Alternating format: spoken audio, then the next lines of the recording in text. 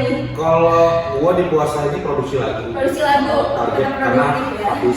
habis lebaran ini kita bakal rilis single lagi, single baru.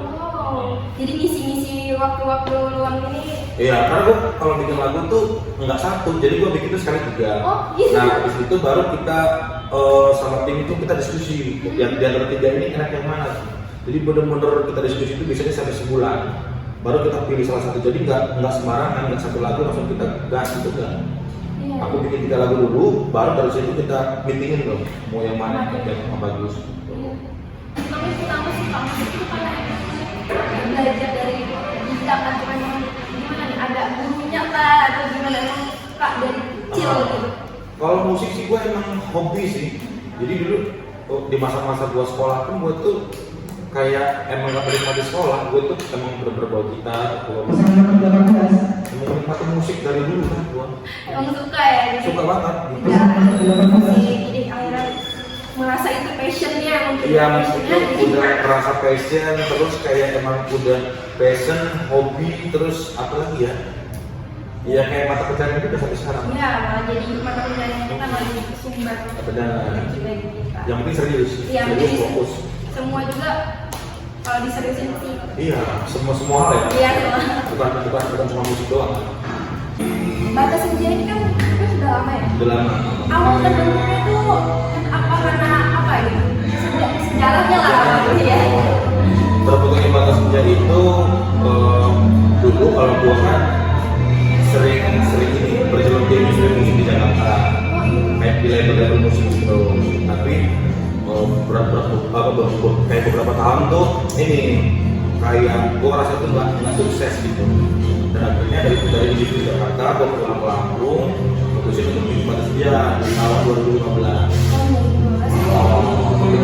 Gua ngajakin teman-teman gua tuh teman-teman sekolah SMP yang sempat ngeband baru dulu. Dia cuma Di SMP itu gua ajakin lagi, ternyata ketemu 5 orang gitu. Dan sampai sekarang tahun berapa nih? 2023 ya.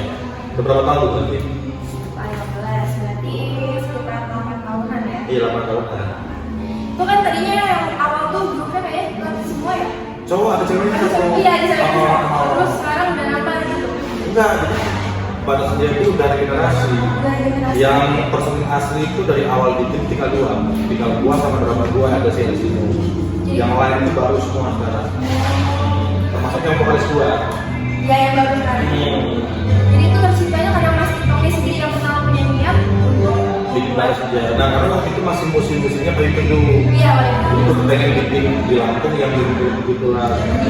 Ternyata laris malah. iya, gitu. banyak penggemar yang dan kalau boleh tahu kenapa sih namanya tuh Batas Senja? Kalau nama Batas Senja itu sebenarnya gue pilih nama itu supaya lebih kelihatan kayak anak senja gitu lah. Karena yang ngerempet ke gitu biasanya anak senja gitu kan. Makanya coba pakai nama itu lah. Dan selain itu band-band yang mirip genre yang genrenya sama kayak Batas Senja itu banyak juga yang namanya senja juga. Senar senja, pokoknya apa senja lah. Dan Batas Senja termasuk salah satunya. Dan kalau siapa juga kayaknya dia kalau Batas Senja ini kayak pelopor musik ini di Lampung juga ya. Mungkin bisa jadi juga. Karena kan jarang dan mungkin belum ada kayaknya. Belum ada, dulu sempat ada, tapi udah kalau kurang naik atau gimana lah, kurang serius anak-anak gitu. Terus lama-lama tenggelam gitu. Jadi kayak yang paling sekarang paling kelihatan itu Batas Senja. Batas Senja alhamdulillah masih dipercaya lah gitu untuk teman-teman IO, promotor, untuk misi acara. Kalau genre-nya sendiri gimana sih? Genrenya kalau Batas Senja itu dulu kan yang dulu itu awal-awal folk terus kayak etnik. Jadi itu dia kayak musik etnik kan. Terus lama-lama semakin berjalan pemikiran kita semakin dewasa kan, dan akhirnya kita lebih genre itu pop, jadi biar lebih universal pop itu aja. Batas Senja kan udah punya beberapa lagu banyak lah buat sebentar lagi kayaknya banyak yang banyak juga udah banyak juga di YouTube ya viewersnya. Untuk pembuatan lagunya tuh inspirasi dari mana sih guys Mas Iko? Kalau inspirasinya sih kalau gua sih random sih dari kadang-kadang dari curhatan teman. Iya. Tapi kebanyakan kalau Batas Senja itu dari kisah gua pribadi sih, kayak perjalanan hidup. Ya perjalanan hidup. Soalnya seneng banget kan liatin lagu-lagunya jadi kayak cerita tentang kayak keluarga, perjalanan kita gitu. Kalau garap-garap musiknya itu sama tim. Kalau musik sama tim. Oh, Jadi tim. kalau musik kita garapnya rame-rame sama tim, tapi kalau lagu sendiri gue yang buat. Jadi ketika gue udah buat lagu, terus gue turun ke tim tuh. Nah nih kalau udah mereka berkelop, baru kita garap rame-rame. Gitu. Untuk kayak apa ya? Membuat musiknya terus distribusi musiknya itu tim juga atau gimana tuh? Berarti jadi Batas itu udah punya tim alhamdulillah sekarang ini udah ada tim merchandise, tim produksi, videografi semua sudah ada. Jadi udah terstruktur, tinggal kita jalanin aja. Kalau untuk kayak untuk pemasaran lagunya sendiri, biasanya promosi-promosinya gimana sih Mas? Kalau sekarang kan udah ibaratnya kayak udah jadi hal yang masif ya, kayak misalkan ada Instagram, TikTok, apalagi YouTube kan. Sekarang itu kan platform yang bisa gratis itu. Kita promo gratis cuma pakai kuota doang. Kalau ya tergantung kita, makanya kayak sebagai musisi itu makanya harus betul-betul lihat peluang, terus lihat juga kayak ada platform kayak misalkan Instagram, aplikasi-aplikasi yang harusnya bisa dimanfaatin, kalau nggak dimanfaatin saya. Iya, sayang banget. Kalau Batas itu awal-awal yang benar-benar dari Instagram. Jadi kita bikin konten dari yang nggak cuma main musik, ngelawak-ngelawak, ngobrol, itu semua kita taruh di situ, ternyata ada yang suka, gitu. Dari situ sayangnya. Lama-lama banyak viewersa, followersnya nambah.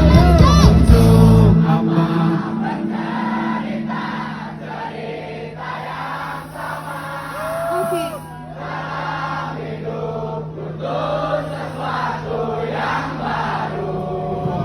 Untuk di Lampung ini kayaknya disering manggung banget jadi panggung gede kayak Alhamdulillah, ya, alhamdulillah udah sering lah. Kalau di Lampung ini udah di mana aja biasanya Mas? Di Lampung tuh kebanyakan kita tuh main acara-acara fakultas, dari kampus-kampus, terus pensi-pensi, korporat juga ada. Selain di Bandung Lampung di mana? Kita selain di Bandung paling jauh ke Palembang, udah hampir 3 kali. Udah sampai keluar kota juga kan, Alhamdulillah. banyak yang berteman. Cuman yang belum tuh keluar kota aja ke kayak ke Pulau Jawa itu belum. Tapi wish-wishnya ke Pulau Jawa Harus, itu harus, karena goalsnya di situ. Iya. Kalau setiap panggung tuh biasanya dari lagu-lagu itu yang biasanya membawakan lagu-lagu itu lagu-lagu sendiri atau cover juga setiap manggung gitu. Awal-awalnya lah kita lagu sendiri, jadi kita tuh setiap main kita durasi 1 jam, kita bawain sekitar 9 lagu kita sendiri. Tapi dengan berjalannya waktu, kayak sekarang itu kita lebih kadang-kadang ada sedikit cover sih, 1-2 lagu cover untuk mengantisipasi orang-orang yang belum terlalu tahu sama lagu kita. Itu, jadi kita cover 1-2 lagu. Oke.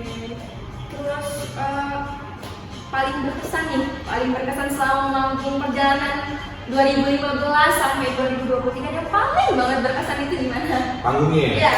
Yang paling berkesan sih gimana ya? Kalau menurutku sih semua panggung itu berkesan, tapi kalau saya sendiri paling seneng tuh main di sekolah-sekolah sih. Karena lebih jiwa-jiwa anak-anak sekolah Kayak ya. kita tuh ngerasa kembali lagi ke sekolah, Iya. gitu, ngibur adik-adik gitu, kayaknya seru, dan ngeliat anak-anak sekolah bikin persiapan event tuh seru. Jadi lihat semangatnya mereka bikin event, semangatnya mereka tuh nge-LO-in kita gitu kan, seru lah pokoknya. Pokoknya acara-acara sekolah itu seru.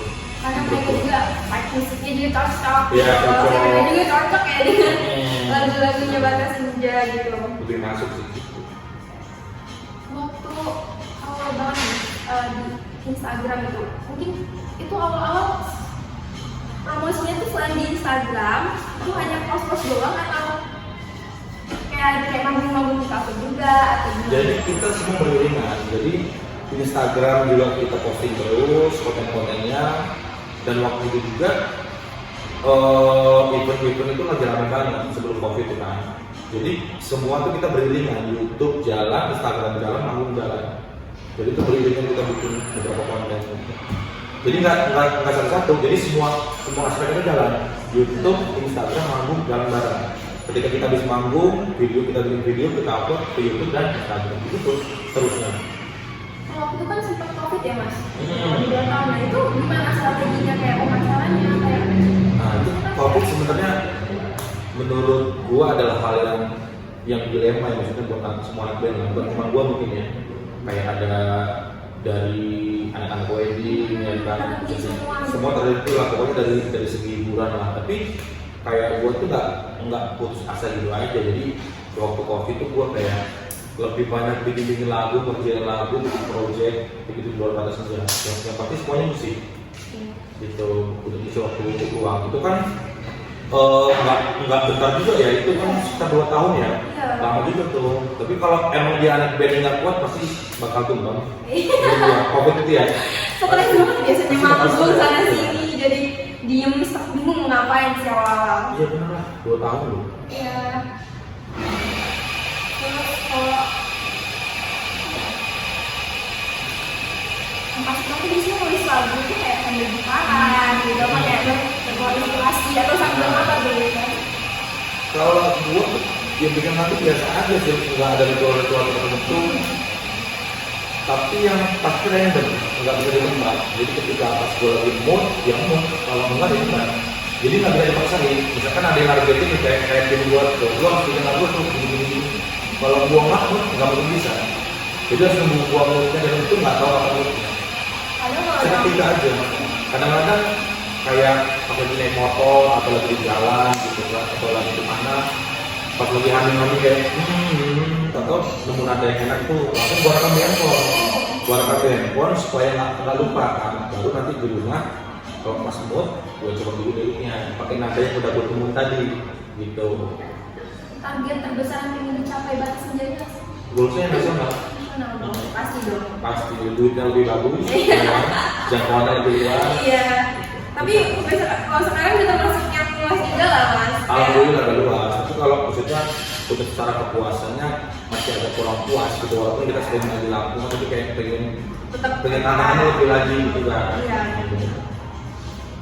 Terus aku penasaran sama lagu ini. Alenia. Nah, itu kan lagu yang paling kayaknya familiar banget tuh di kalangan anak sekolah, anak kuliah. Itu kayak ceritanya gimana tuh mas? Kenapa bisa nulis lagu itu dan nada-nadanya itu dari mana gitu? Kalau Alenia itu lagu yang pertama kali banget gue bikin. Iya. Itu pertama kali gue bikin setelah yang gue tadi bilang gue pulang dari Jakarta kan.